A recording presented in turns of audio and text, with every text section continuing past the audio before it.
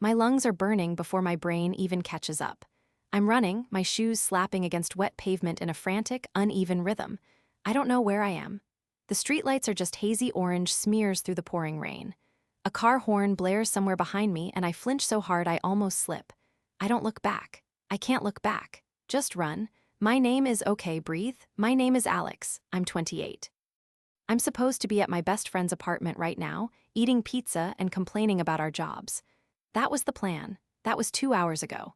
Now I'm here in a part of the city I don't recognize, soaked to the skin and running because the man who was just holding my hand, the man I trusted, just tried to shove me into a van.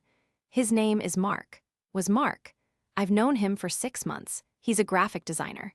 He likes indie films and makes terrible coffee. He held an umbrella for me tonight when I came out of the subway. He said he was walking my way. He was so sweet, he was so normal, and then his grip on my hand changed. It wasn't gentle anymore, it was a vice. We were passing this alley and he said, "Shortcut," but his voice was all wrong. Flat. And there was a van there idling with the side door already open. A dark silhouette was inside. I planted my feet. I said, "No, Mark, I don't think so." He just looked at me and his expression, it was Mark. It was like a mask had slipped. He yanked me toward the open door. I screamed. I kicked back, my heel connecting with his shin, and I must have caught him by surprise because he grunted and his grip loosened for a split second. That's all I got. I twisted free and I ran. I'm running now. My chest is on fire. I duck into another alley, pressing myself against a cold brick wall, trying to quiet my gasping breaths. The rain is so loud. I can't hear if he's following me. My phone, I need my phone, I fumble in my jacket pocket. It's not there, my other pocket, nothing, my bag, I swing it off my shoulder, my hands shaking so badly I can barely work the zipper. I dump the contents onto the wet ground. Wallet, keys, a lip balm, no phone, did I drop it? Did he take it? When he was holding my hand, did he? A wave of nausea hits me. He planned this. He knew I'd be alone, he knew my route, he was waiting. This wasn't random. He knew me. The sound of an engine cuts through the rain, slow and deliberate. Headlights sweep across the mouth of the alley. I shrink back into the shadows, making myself small. The van. It has to be the van. It rolls past, but I see it's a different color, just a regular car. My relief is so intense my knees buckle.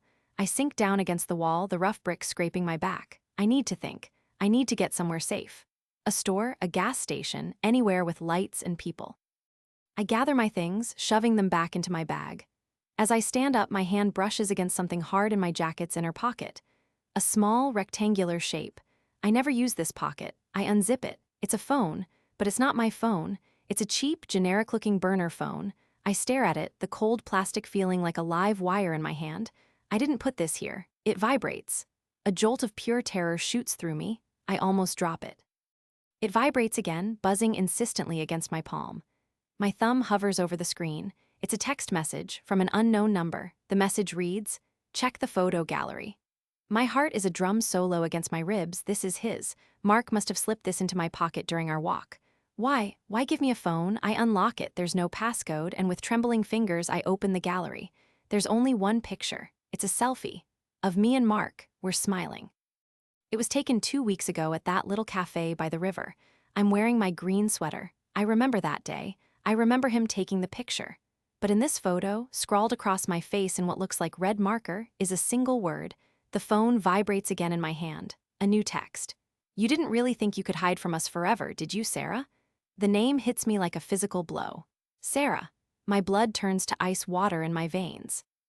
I stare at the screen, the rain dripping from my hair onto the plastic. Sarah. Nobody has called me that in 7 years, not since I left, not since I became Alex. My hands are shaking so hard I almost drop the phone again. They know, Mark wasn't just some random predator, he was sent by them. The burner phone buzzes a third time. "You have something we want, you know where it is. Bring it to the old place. 1 hour, or we start digging up everything you've buried, Sarah." Starting with your new friends? The old place, they mean the Riverside Diner. It's where I worked when I was Sarah, it's boarded up now. A hollow pit opens in my stomach. They don't just want me, they want it. The drive. The stupid, tiny flash drive I took when I ran, I thought it was leverage. A life insurance policy. I hid it that night 7 years ago in a place I thought nobody would ever look. I haven't touched it since. I tried to forget it existed. I tried to forget all of it. But they never forgot about me. A new wave of panic, colder and more calculated than the first, seizes me. They know I'm Alex now. They know where I live, where I work. They knew I'd be at the subway tonight. Mark, he was just the pickup. This text is the demand.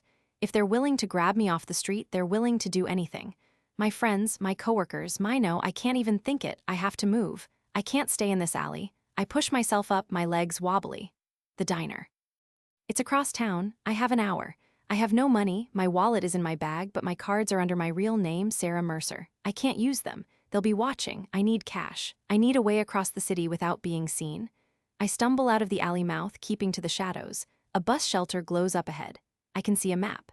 As I get closer, my reflection in the plexiglass makes me gasp. I look like a ghost, pale, wide-eyed, soaked. I look like Sarah. I force myself to study the map, my mind racing. The Riverside Diner is in the old industrial sector. It's a 30-minute drive in good traffic. In this rain, with no car, I need to get to the train.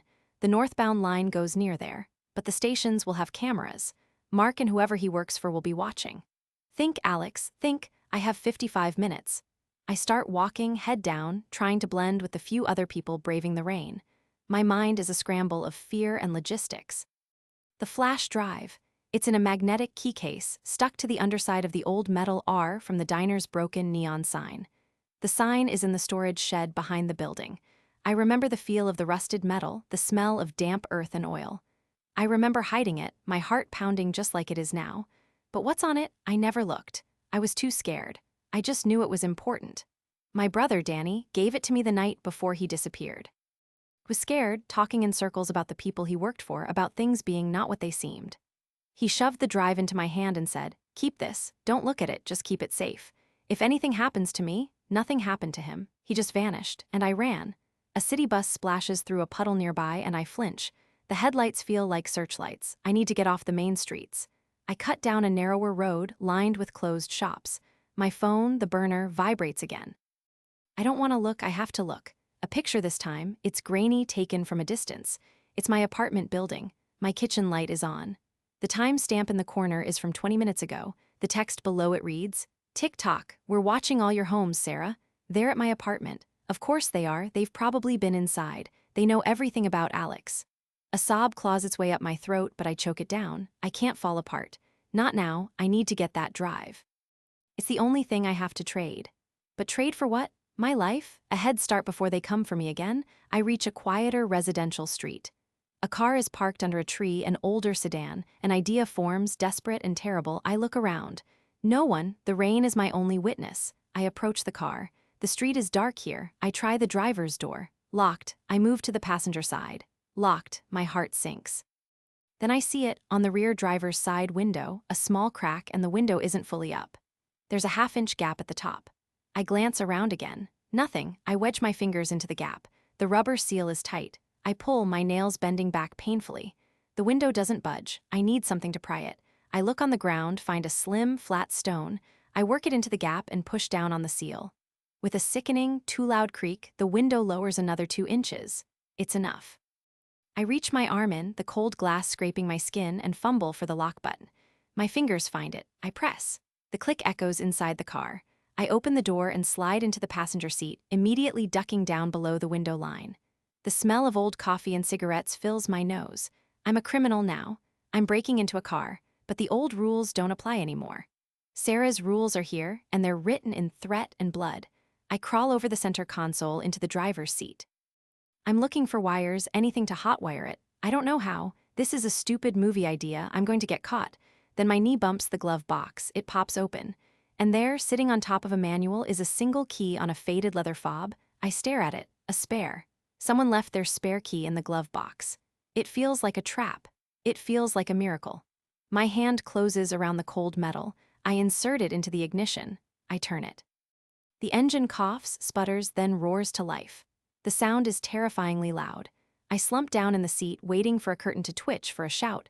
Nothing happens, just the rain and the rumble of the engine. I have a car. I have a way to the diner. I adjust the seat, my hands leaving wet prints on the wheel. I put the car in drive and pull away from the curb, my headlights cutting through the downpour. Every set of headlights behind me feels like a threat. Every pedestrian looks like Mark.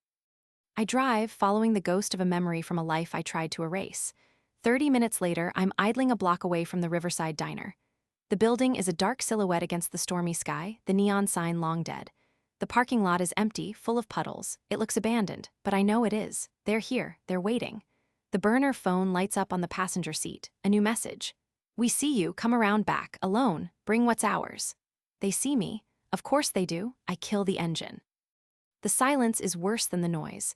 I have the car key in one hand, the burner phone in the other. I have nothing else. No weapon, no plan, just the desperate, stupid hope that if I give them what they want, they'll let me go. But I know they won't. People who vanish like Danny don't leave loose ends like me alive. I have to go back there. I have to get the drive from under the sign. It's my only card to play. I open the car door. The rain hammers down, soaking me all over again. I walk toward the dark shape of the diner, each step feeling like a step off a cliff. This is it, the point of no return. I'm not Alex anymore, I'm Sarah. And Sarah is walking back into a nightmare she thought she'd escaped forever. The rain is a cold curtain, washing over me as I round the corner of the diner. The storage shed is just ahead, a squat, dark shape against the crumbling brick wall. My heart is a frantic bird trapped in my ribs. They see me. I feel exposed like a target in an open field. Every shadow could hold Mark or someone worse. I reach the shed door. The padlock is old, rusted shut. I don't have time for this. I look around, my eyes straining in the gloom. There, half buried in the weeds, is a broken cinder block. I pick it up, my muscles screaming with tension. I heave it at the padlock. The metal clangs once, twice, and on the third hit, it snaps. The sound is too loud. I freeze, listening. Nothing but the rain. I pull the door open, its hinges shrieking. The smell of mildew and old grease hits me, it's pitch black inside. I fumble for the burner phone, turn on its flashlight. The weak beam cuts through the dust. And there it is, leaning against the far wall. The giant metal R from the diner sign. It's taller than I am, rusted and pitted. My breath catches. This is it. 7 years. I drop to my knees in front of it, my wet jeans soaking through instantly. I run my hands along the cold, rough underside.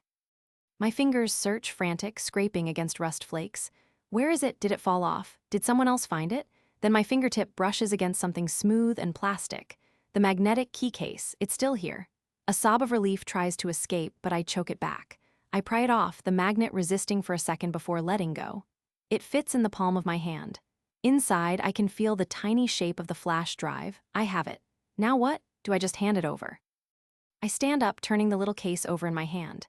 This is what Danny gave me. This is why he vanished. What's on it? I have to know. If I'm going to die for this thing, I need to know why. The burner phone buzzes, lighting up the shed with its glow. Time S up. Bring it out, now. I need a computer. There's no power here. But the diner, the old office. Ms. Rita kept a desktop in there for invoices. If the power is still connected, it's a stupid risk. But knowing feels like my only weapon. I slip the key case into my pocket and move back into the rain, around to the diner's back door. I kick at the rotten wood near the handle. It splinters. Another kick and it gives way. I step inside. The diner is a tomb. The flashlight beam dances over overturned stools, a thick layer of dust on the counter. It smells of decay. I move quickly past the counter to the small office door. It's unlocked. The old desktop is there under a yellowed sheet. I pull the sheet off in a cloud of dust. I pray. I find the power strip on the floor and stomp on the switch. Nothing. Of course, I'm about to turn away when I see it. A small, red light on the back of the computer's tower. It's on standby. The power is still connected. I press the power button. The machine groans, whirs, and the monitor flickers to life with a harsh blue glow. It's so loud in the silent diner. I pull the flash drive from the key case. My hands are shaking so badly, I can barely plug it into the USB port. A folder pops up on the screen. It's labeled Danny Backup. Inside, there are hundreds of files, spreadsheets, scanned documents, photographs. I click on one at random. It's a shipping manifest. Names, dates, container numbers. Another file is a list of bank accounts, amounts in the millions. I open a photo. It's a group of men in suits, shaking hands on a dock at night. One of the men is my old boss, the man Danny and I both worked for at the shipping company, Mr. Kessler. Standing next to him is a man I've seen on the news, a city councilman. This isn't just corporate espionage. This is a ledger. It's proof of smuggling, bribes, money laundering. Danny wasn't just an accountant, he was their accountant, and he stole their books. The back door of the diner crashes open. I jump, my hand flying to the mouse. I yank the flash drive out and shove it back into the key case. Footsteps, heavy and deliberate, echo in the main diner. Sarah. It's Mark's voice, but it's different. Cold, professional. We know you're in here, come out with the drive. I look around the tiny office. No other door, one small, grimy window painted shut. I'm trapped. The footsteps are coming closer. Think, the computer. I minimize the folder, but the screen is still glowing, a beacon. I need a distraction. My eyes land on an old metal filing cabinet next to the desk. I grab the burner phone. With one last, desperate look at the screen, I do the only thing I can think of. I open the email client that's still logged in to Ms. Rita's old account. I attach the entire Denny backup folder. I type in the only email address I know by heart. My own, Alex's. I hit send. The progress bar crawls. Come on, come on. The office door handle turns.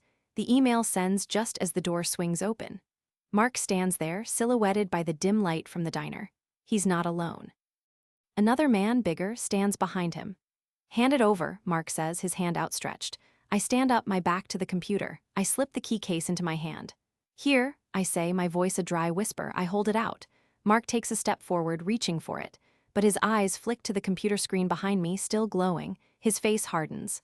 What did you do? Now, I throw the key case, not at him, but over his head into the dark diner. It clatters across the floor. The bigger man curses and turns, his attention broken.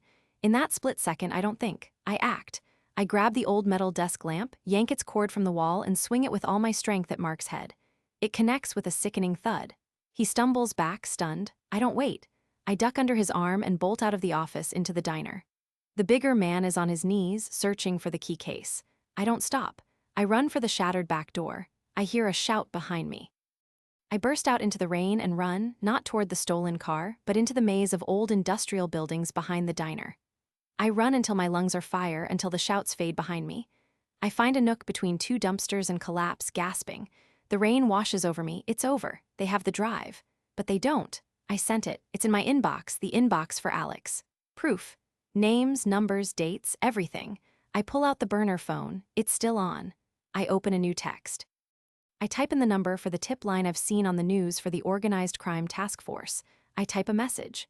Evidence on Kessler Shipping, Councilman Riggs, and others. Check email sent to alex.mercer@gmail.com at 9:42 p.m. tonight. From Rita's diner account. The accountant was Danny Mercer. They killed him. I add the address of the diner.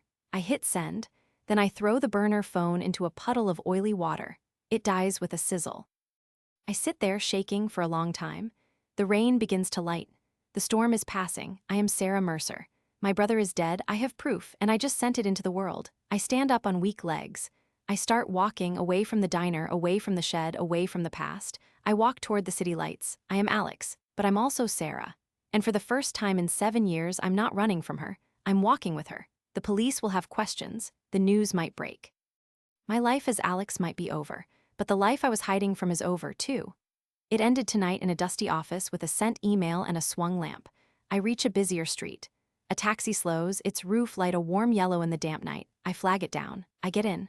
Where to? The driver asks. I look out the window at the city, clean and blurred by rain. I think of my apartment. They might still be watching it. I think of my friends. I need to warn them. But first, I need to be somewhere safe. The downtown police precinct, please, I say, my voice clear and steady for the first time all night. I have something to report.